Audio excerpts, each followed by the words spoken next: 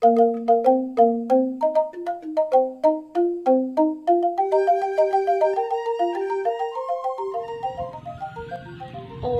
Awignam Astu Namasidam. Om Anubadrah Kratawowiyantu Wiswata. Semoga pikiran yang baik datang dari segala penjuru. Swaha. Yang terhormat Bapak Ibu Dewan Juri, yang saya hormati seluruh panitia penyelenggara Lomba Arjuna Digital tahun 2021 dan umat sedharma yang berbahagia. Terimalah salam panganjali umat dari saya, Om Swastiastu. Sebelum mengawali Dharma Wacana kali ini, saya akan mengajak umat sedharma untuk mendengarkan sebuah sabda Tuhan dalam Bhagavad Gita Adhyaya 18 Sloka 65. Manmana bawa mat bhakto mat yajimam namas guru mam evaisya si satyam te pratijane priyosime. Artinya, kita sebagai seorang bhakta senantiasa memusatkan pikiran dan bersyukur kehadapan Ida Sang Yang Widiwasa karena atas asung kertawara nugrahanya kita masih dalam keadaan sehat tanpa kekurangan suatu apapun di masa pandemi COVID-19 ini. Dalam Dharma Wacana kali ini, perkenankan saya memperkenalkan diri karena ada pepatah yang mengatakan tak kenal maka tak sayang. Nama saya Nimade Wulan Yuningsih, anak Hindu dari Seputiraman, Lampung Tengah. Pada kesempatan yang baik ini, saya akan membawakan Dharma Wacana dengan judul Yowana Dharma Ardhanaraswari yang Stita Prajna. Umat sedharma, dalam agama Hindu kita mengenal istilah Yowana yang berarti keremajaan. Berdasarkan jenis kelaminnya, remaja dibagi menjadi dua, yaitu laki-laki dan perempuan. Dalam bahasa Sanskerta, manusia laki-laki disebut sebagai Purusa dan perempuan disebut sebagai Pradana. Istilah yang lebih dalam dan halus lagi, laki-laki disebut sebagai Lingga dan perempuan disebut sebagai Yoni. Masa ini merupakan masa peralihan dari masa kanak-kanak menjadi dewasa, yang merupakan masa pencarian jati diri dan juga ilmu pengetahuan yang disebut sebagai fase Brahmacari Asrama.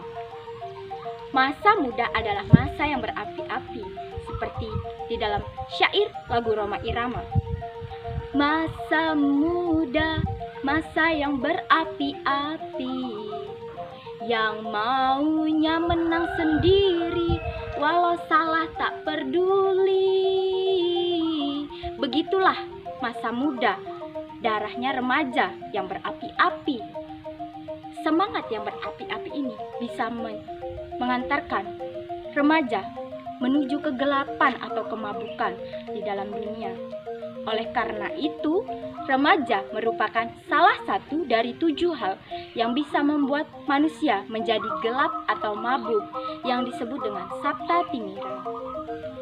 Karena faktanya di zaman sekarang ini masih banyak di kalangan remaja, khususnya Hindu, yang melakukan pindah agama.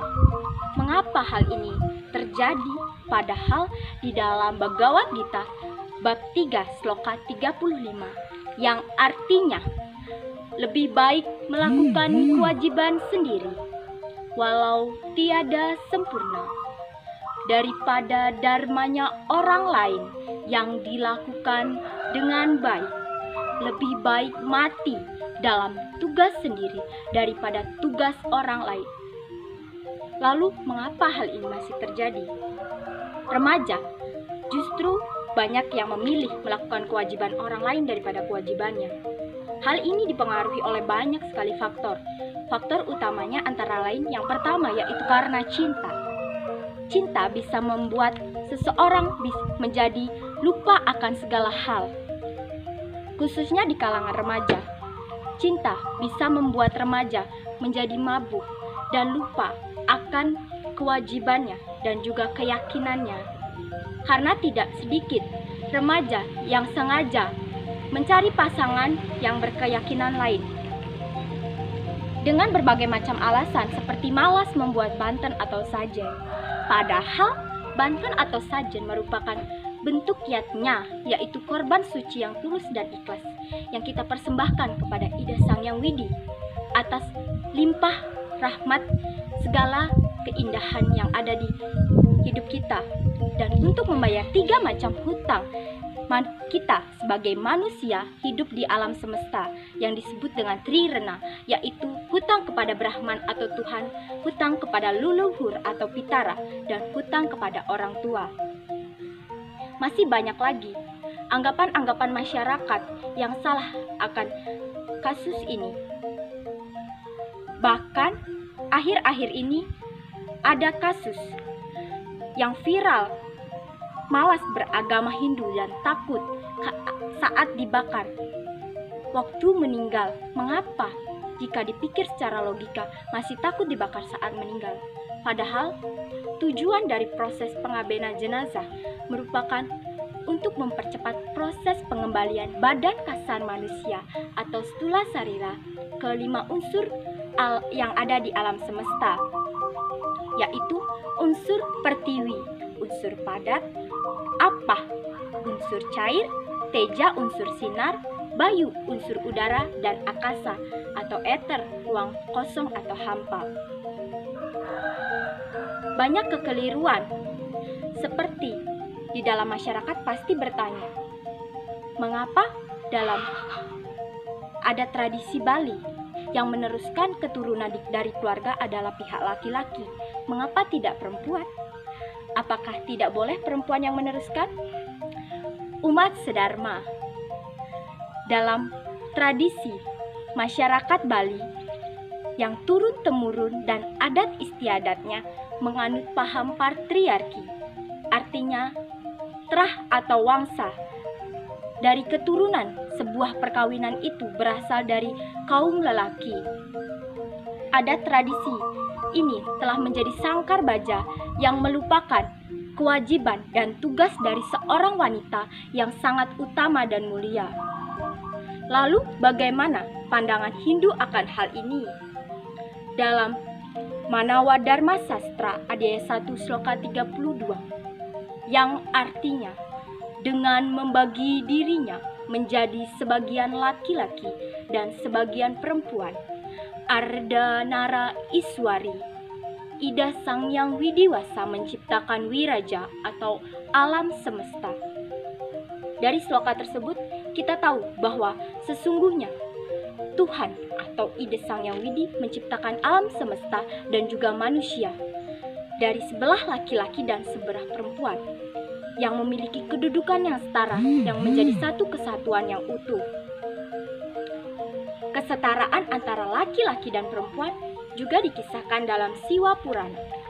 Saat Adisakti, yaitu Dewi Parwati, yang membakar dirinya ke dalam api karena ayahnya Daksa menghina Siwa di hadapan para dewa. Pada saat itu, Dewa Siwa memutuskan untuk berenung dan bertapa karena kehilangan kesaktiannya, yaitu Dewi Parwati. Karena Siwa tanpa Parwati, beliau gegana, gelisah, galau, dan merana. Umat sedharma, wanita merupakan sakti dari seorang pria, dan pria adalah pelindung dari seorang wanita. Oleh karena itu, jangan ada anggapan lagi bahwa laki-laki memiliki derajat lebih tinggi daripada wanita, dan anggapan wanita tidak berhak atas hak keturunan serta harta di dalam keluarganya. Lalu, bagaimana pandangan Hindu akan orang yang melakukan pindah agama ini? Di dalam Manawa Dharma Sastra bab 6 sloka 35, yang artinya kalau ia telah membayar 3 macam hutangnya kepada Brahman, kepada leluhur, dan kepada orang tua, hendaknya ia menunjukkan pikirannya menuju kebebasan terakhir. Ia yang menuju kebebasan terakhir tanpa membayar 3 macam hutangnya akan jatuh ke bawah lembah neraka. Lalu, apakah umat sedharma masih ada yang ingin melakukan pindah agama? Kalau saya tidak. Lalu bagaimana caranya agar kita terhindar dari lembah neraka dan juga kemabukan atau kegelapan yang ada di dunia ini? Caranya adalah menjadi remaja yang stita prajna. Apa itu stita prajna? Dikutip dalam Bhagavad Gita bab 2 sloka 38.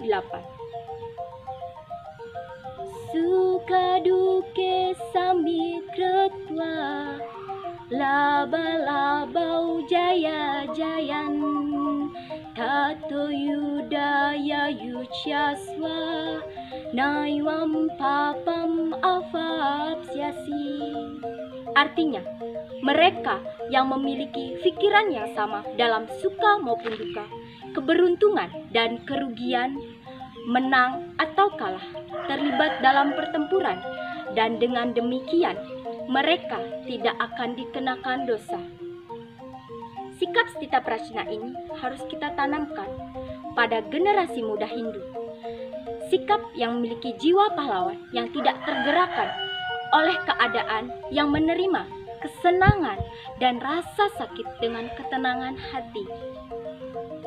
Ini harus kita tanamkan pada generasi milenial Hindu, karena di dalam Sara Samuscaya dinyatakan dengan jelas bahwa bagaikan keberadaan ilalang muda yang tajam akan tidak tajam lagi di masa tuanya.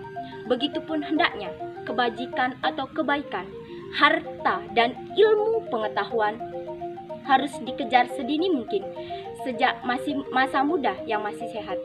Sikap stita prajna juga dikutip dalam percakapan antara Sri Krishna dengan Arjuna di dalam pertempuran. Arjuna bertanya kepada Sri Krishna, "Wahai Madhusudana, bagaimana aku sanggup membunuh Bhisma dan Drona, tokoh yang seharusnya dihormati, hanya untuk sebuah tata kerajaan?" Lalu Sri Krishna bersabda kepada Arjuna, "Wahai Partha, seseorang yang menolak berjuang demi kebenaran merupakan pengkhianat dan menimbulkan dosa." Lalu Sri Krishna meminta Arjuna untuk menjadi seorang yang stita prajna. Untuk itu, ayo kita tanamkan sikap stita prajna dan meladani sikap dari Arjuna yang melawan segala keraguan dan sikap buruk adharma untuk memenangkan rasa percaya diri dan juga kemenangan dharma yang akan menjadi generasi agent of change and iron stone yang menjadi agen perubahan dan pemegang tonggak kepemimpinan Hindu. Ingat, masa muda adalah masa emas, jangan disia-siakan. Selalu berusaha jadi generasi yang baik, gaul boleh tapi harus tetap pada koridor dharma. Demikian yang dapat saya sampaikan. Terima kasih atas perhatian umat sedharma. Jika ada kata yang kurang berkenan di hati umat sedharma, saya minta maaf dan kehadapan Ida Sang Yang Widiwasa saya mohon ampun. Saya akhiri dengan mantra Santi. Om Sarwe Sukino Bhavantu, Sarwe Santu Niramaya, Sarwe Badrani Pasyantu, Makaschit Duka Bhagbavet. Om Santi Santi Santi. Om.